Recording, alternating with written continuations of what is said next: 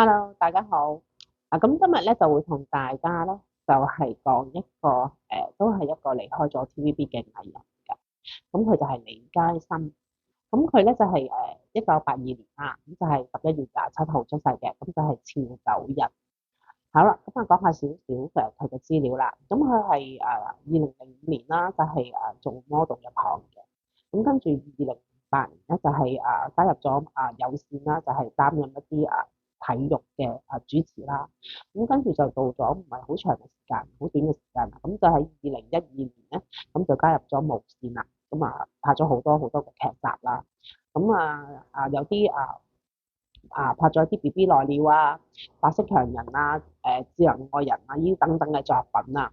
咁喺2018年咧，咁佢嗰套BB 來了咧就係可以喺 TVB 咧就得到最佳嘅女主角㗎。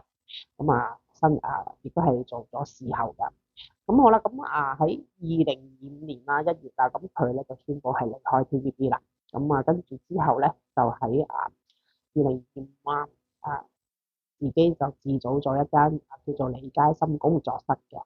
咁好啦，我哋睇一睇下佢啦。喺2026年啦，咁嗰一局咧，佢將會係點樣樣嘅咧？首先咧，我哋睇咗佢嗰個核心嘅信息啦。咁佢咧今年嘅能量咧就唔夠嘅，係啦，同埋比較防守啦，靜止一啲啦，係啦。咁有一種停滯不前嘅意象出咗嚟㗎。咁其實咧喺呢段時間咧，佢就唔係咁適合離開大台而去自組公司㗎，因為今年咧較為係不利於佢㗎。咁我哋再睇下佢嗰個精神層面啦。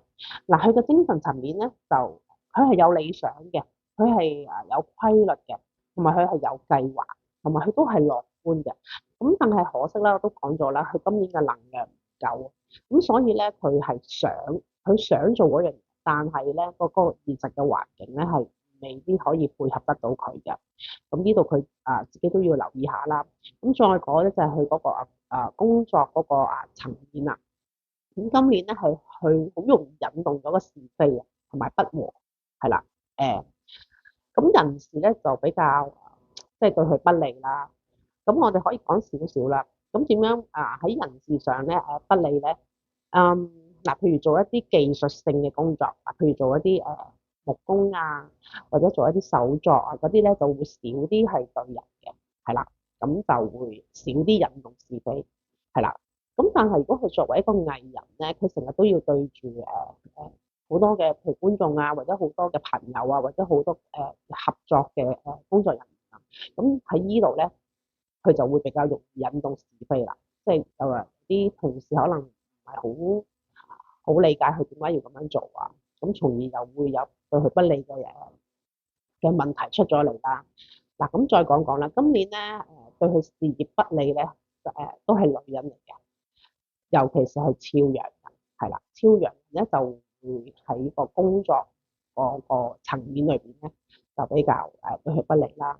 咁如果喺對佢不利嗰個能量會減低佢嗰個能量咧，就係超龍人，係啦，就會將佢嗰個個能量減低咗，係啦。咁仲有一樣嘢啦，都好緊要啦，就係佢今年會遇到一啲譬如法律上嘅問題啦，係啦，係啦。